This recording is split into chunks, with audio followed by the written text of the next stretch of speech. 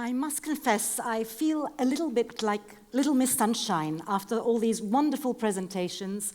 I'm standing here on this empty stage. I have no slides, no music, no PowerPoint, and I'm sitting here with my cards with a speech I didn't memorize. But in any case, I really hope to inspire you to reflect more on the important role that art has to play in society, and to do so without images, which is something very, very difficult for someone of my vocation.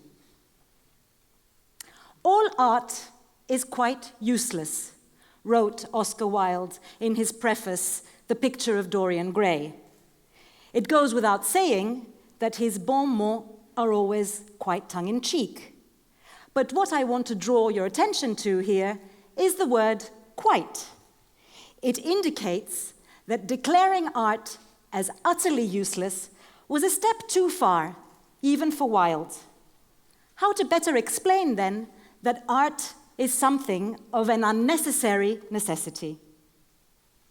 Imagine for a moment a world without art and culture, without music, without cinema, without dance, opera, literature, poetry.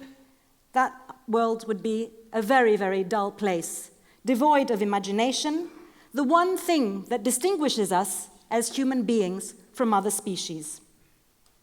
Without art, the banality of reality would be intolerable. Or, to paraphrase Nietzsche, we have art in order not to perish from the truth.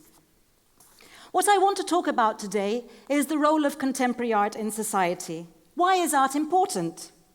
And I'm not talking here about the 1% of the art world, the handful of artists selling for millions of dollars to billionaire oligarchs, which is a very tiny minority of what constitutes the art world, but about the art that is engaged with society at large, and engaging also with the key issues that affect us all today, because that is the art that matters.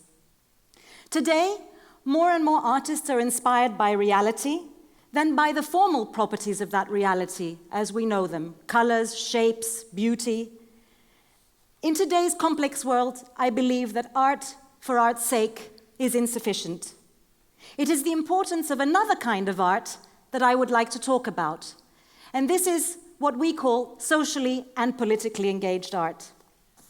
Artists working in this realm, the realm of the socio-political, use different media to express themselves, from traditional media like sculpture and painting to film, video, performance, and installation, to deal with key questions such as democracy, civil and human rights, capitalism, the economy, migration and mobility, the environment, and the commons, and a whole host of such issues. They strive to provide a counterpoint to the prevailing images of power and also to the stereotypes that are fed to us by the media. Since the time of the Enlightenment, art has a very long history of engagement with the political. Art is, in a sense, political, as it is about a person's views and freedom to act, freedom to express themselves. So art is always about taking a position. There have been moments in history where art was put to the service of politics and society in a program in which the gap between the two was temporarily bridged. One can immediately think of example of the Russian avant-garde. But this effect has been always very hard to pinpoint and to quantify, and times have changed. So that, what does art do? What can it do? And why is it important? The fact of the matter is that it is very, very difficult to pigeonhole and categorize what exactly art is and how it functions. That is its beauty, and that is its ungraspable value, for want of a better word. It is impossible to both quantify and qualify how art affects those who see it, because it works in mysterious, latent, and very subtle ways. That's why it's always such an uphill struggle to convince politicians of arts funding, to convince them that the value, that is, the importance, the significance, and the merit of art cannot be judged by popular consensus and numbers alone. And this is because art allows for something that cannot be defined. Therefore, one can never predict the ways in which it will affect people, change people's minds, or influence their subsequent behavior. As such, it's a subtle power that changes the world one perception at a time. And that is why art is very often seen, and rightly so, as a threat by the powers that be. The British artist Anthony Gormley began by defining art as follows. Art is about one person's expectation of and their use of their own freedom to act. Art is optimistic because it makes a statement that one person can change the world, even if that world exists on a tiny piece of paper 5 by 7 inches. Art, as an act of shared communication, is in a small way saying, I make the world, I don't simply inherit it. In making this world, what does art do then? Art can change the way we think. It can crack open cemented opinions, and it challenges the given. It looks at the world with a critical eye.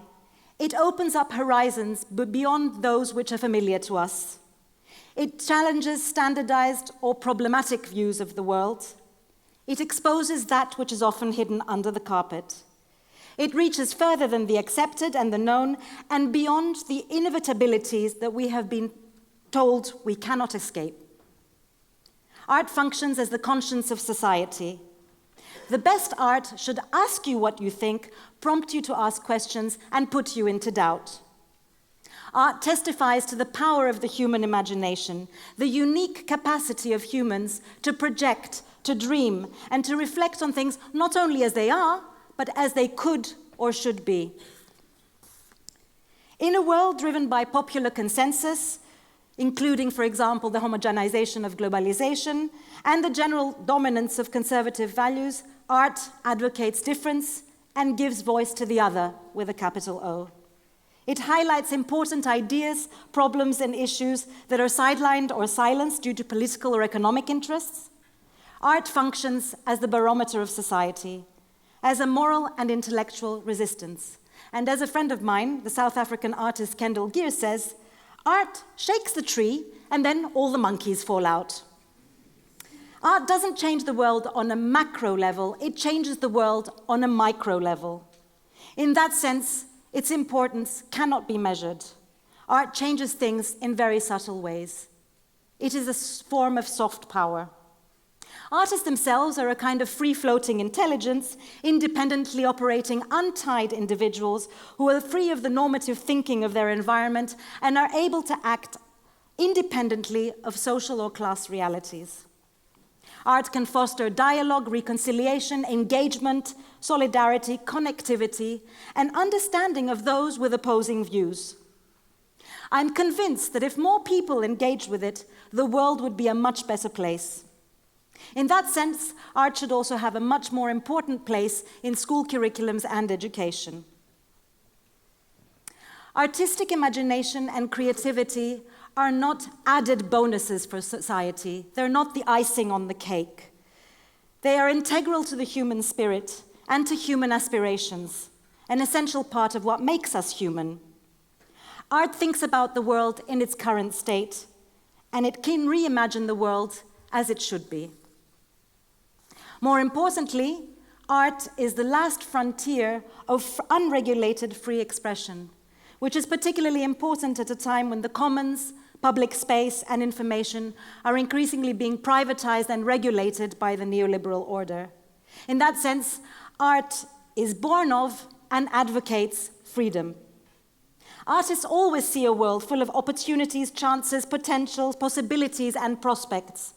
Their ability to go beyond the possible and into the imaginable should be an example and an inspiration for us all. And as I started with Oscar Wilde, I'd also like to finish with him. No great artist sees things as they really are. If he did, he would cease to be an artist. Open your eyes to art and surprise yourself. Thank you.